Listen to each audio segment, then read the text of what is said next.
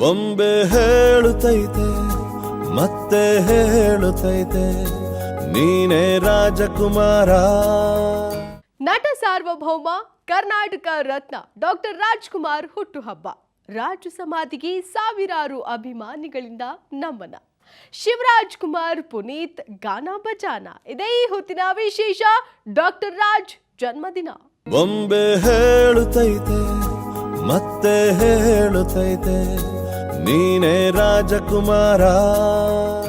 ಇವತ್ತು ಡಾಕ್ಟರ್ ರಾಜ್ಕುಮಾರ್ ಜನ್ಮದಿನ. 208 ಚಿತ್ರಗಳಲ್ಲಿ ನಟಿಸಿ ಕನ್ನಡಿಗರ ಹೃದಯದಲ್ಲಿ ಚಿರಸ್ಥಾಯಿಯಾಗಿ ಉಳಿದಿರುವ ಡಾಕ್ಟರ್ ರಾಜ್ಕುಮಾರ್ ಅವರಿಗೆ ಇವತ್ತು 89ನೇ ಜನ್ಮದಿನ.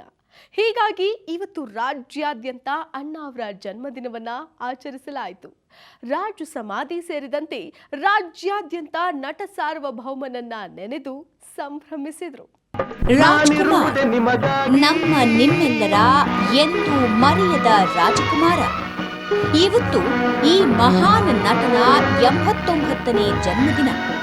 ಅಭಿಮಾನಿಗಳು ರಾಜ ಸಮಾಧಿ ಬಳಿ ಆಗಮಿಸಿ ರಾಜಣ್ಣನಿಗೆ ಜೈಕಾರ ಹಾಕಿದ್ರು.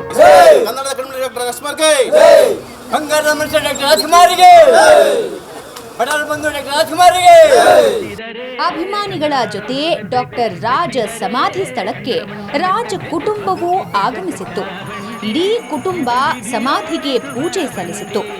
ಸಮಾಧಿಯ ಸುತ್ತ ಪ್ರದಕ್ಷಿಣೆನೂ ಹಾಕಿದ್ರು. ಪುಷ್ಪ ನಮನವನ್ನು ಸಲ್ಲಿಸಿದ್ರು.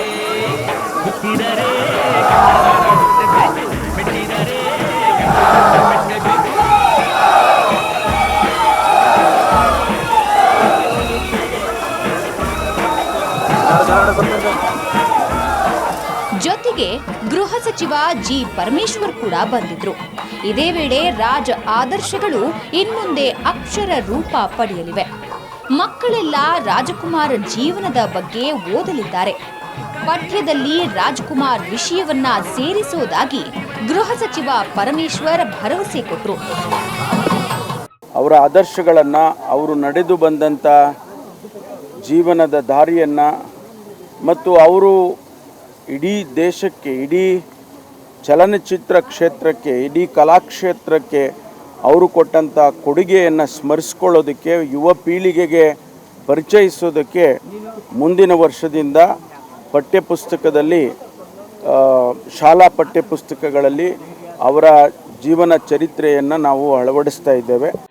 ಇದೇ ವೇಳೆ ಶಿವರಾಜ್ ಕುಮಾರ್ ಅಭಿನಯದ 2 ಚಿತ್ರಗಳ ವಿಶೇಷ ಕಾರ್ಯಕ್ರಮ ನಡೆಯಿತು. ಬಂಗಾರ ಸನ್ ಆಫ್ ಬಂಗಾರದ ಮನುಷ್ಯ ಚಿತ್ರದ ಆಡಿಯೋ ರಿಲೀಸ್ ಆದವು. ಇದೇ ಸಂದರ್ಭದಲ್ಲಿ ಶಿವರಾಜ್ ಕುಮಾರ್ ಅಭಿನಯದ ಟಗರು ಚಿತ್ರದ ಮೇಕಿಂಗ್ ಬಿಡುಗಡೆಯಾಯಿತು. ಡಾಕ್ಟರ್ ರಾಜ್ ಅವರ ಮತ್ತೊಬ್ಬ ಪುತ್ರ ಪವರ್ ಸ್ಟಾರ್ ಪುನೀತ್ ಬಂದ್ರು. ತಂದೆ ಸಮಾಧಿಗೆ ನಮಿಸಿದ್ರು. ಅಭಿಮಾನಿಗಳ ಅಭಿಮಾನಕ್ಕೆ ತಲೆಬಾಗಿದ್ರು. ಅಭಿಮಾನಿ ದೇವರಿಗೆ ನಮಿಸಿದ್ರು. ಖುಷಿಯಾಗೋದೇನೆಂದರೆ ಅವ್ರು ಹುಟ್ಟಿದಬ್ಬಕ್ಕೆ ಅಭಿಮಾನಿಗಳು, ಅವ್ರನ್ನ ಇಷ್ಟಪಡುವಂಥ ಜನಗಳು ಅವ್ರ ಬಗ್ಗೆ ಇವತ್ತು ಏನೇನು ಪ್ರೀತಿ ವಿಶ್ವಾಸದಿಂದ ಮಾಡ್ತಿದ್ದಾರೋ ಅದು ನಮ್ಮ ತಂದೆಯವರಿಗೆ ಕೊಡುವಂಥ ಉಡುಗೊರೆ, ಅಂದರೆ ನಮ್ಮ ಕುಟುಂಬಕ್ಕೆ ಕೊಡುವಂಥ ಒಂದು ಉಡುಗೊರೆ ಅಂತ ನಾನು ಭಾವಿಸ್ತೀನಿ. ಸೊ ಎಲ್ಲರಿಗೂ ತುಂಬ ಧನ್ಯವಾದಗಳು. ಹಾಗಾಗಿ ಮತ್ತೊಮ್ಮೆ ಎಲ್ಲರಿಗೂ ಥ್ಯಾಂಕ್ಸ್. ಅವ್ರನ್ನ ನೆನಪಿಸೋ ಶಕ್ತಿ ಯಾವಾಗಲೂ ನಿಮ್ಮಲ್ಲೇ ಇದೆ. ನೀವು ಯಾವಾಗಲೂ ನೆನಪಿಸ್ತಾ ಇರ್ತಾರೆ. ಅದು ನನ್ನ ಜೀವನದಲ್ಲಿ ಯಾವತ್ತೂ ಮರೆಯಲ್ಲ. ರಾಜ ಜನ್ಮದಿನಕ್ಕೆ ರಾಜಕಾರಣಿಗಳ ಆಗಮನವೂ ವಿಶೇಷವೇ ಆಗಿತ್ತು. ಜಿ ಪರಮೇಶ್ವರ್ ಬಂದು ಹೋದ ಮೇಲೆ ಆಂಜನೇಯ, ಮುನಿರತ್ನ ಕೂಡ ಬಂದು ಹೋದ್ರು. ರಾಜಕಾರಣಿಗಳು ಮಾತ್ರವಲ್ಲ, ಚಿತ್ರರಂಗದ ದಿಗ್ಗಜರಾದ ದ್ವಾರಕೀಶ್, ರಾಕ್ಲೈನ್ ವೆಂಕಟೇಶ್, ಹೊನ್ನವಳ್ಳಿ ಕೃಷ್ಣ, ಇನ್ನು ಅನೇಕರು ರಾಜ ಜನ್ಮದಿನದ ಸಂಭ್ರಮದಲ್ಲಿ ಭಾಗಿಯಾಗಿದ್ರು. ಇನ್ನು ಅಭಿಮಾನಿಗಳು ರಾಜ ಜನ್ಮದಿನದ ಅಂಗವಾಗಿ ಆರೋಗ್ಯ ಶಿಬಿರ ಆಯೋಜಿಸಿದ್ರು. ಇದಿಷ್ಟೇ ಅಲ್ಲ, ರಕ್ತದಾನ ಶಿಬಿರವನ್ನು ಹಮ್ಮಿಕೊಂಡಿದ್ರು. ಜೊತೆಗೆ ಎಂದಿನಂತೆ ಅನ್ನದಾನ, ಸಿಹಿ ಹಂಚೋದು ಇದ್ದೇ ಇತ್ತು.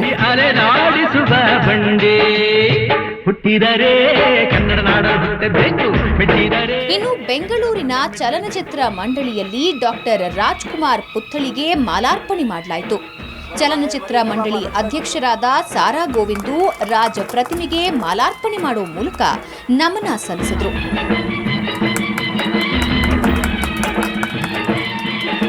ಇನ್ನೊಂದೆಡೆ ಸೌತ್ ಎಂಡ್ ಸರ್ಕಲ್ನಲ್ಲಿರೋ ಡಾಕ್ಟರ್ ರಾಜ್ ಕಂಚಿನ ಪುತ್ಥಳಿಗೆ ಬಿಬಿಎಂಪಿ ಮೇಯರ್ ಜಿ ಪದ್ಮಾವತಿಯವರು ಹಾಗೂ ಯಡಿಯೂರು ಕ್ಷೇತ್ರದ ಮಾಜಿ ಕಾರ್ಪೊರೇಟರ್ ಎನ್ಆರ್ ರಮೇಶ್ ಮಾಲಾರ್ಪಣೆ ಮಾಡುವ ಮೂಲಕ ಜನ್ಮದಿನ ಆಚರಿಸಿದರು.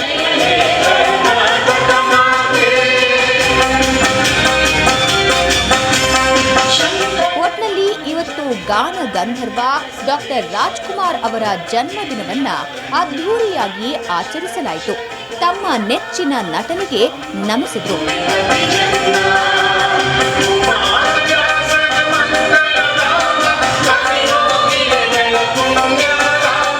ಬೆಂಗಳೂರಿನಿಂದ ಕ್ಯಾಮರಾ ಪರ್ಸನ್ ಲೋಕೇಶ್ ಜೊತೆ Revan P Jevoor, entertainment bureau, Suvarna news.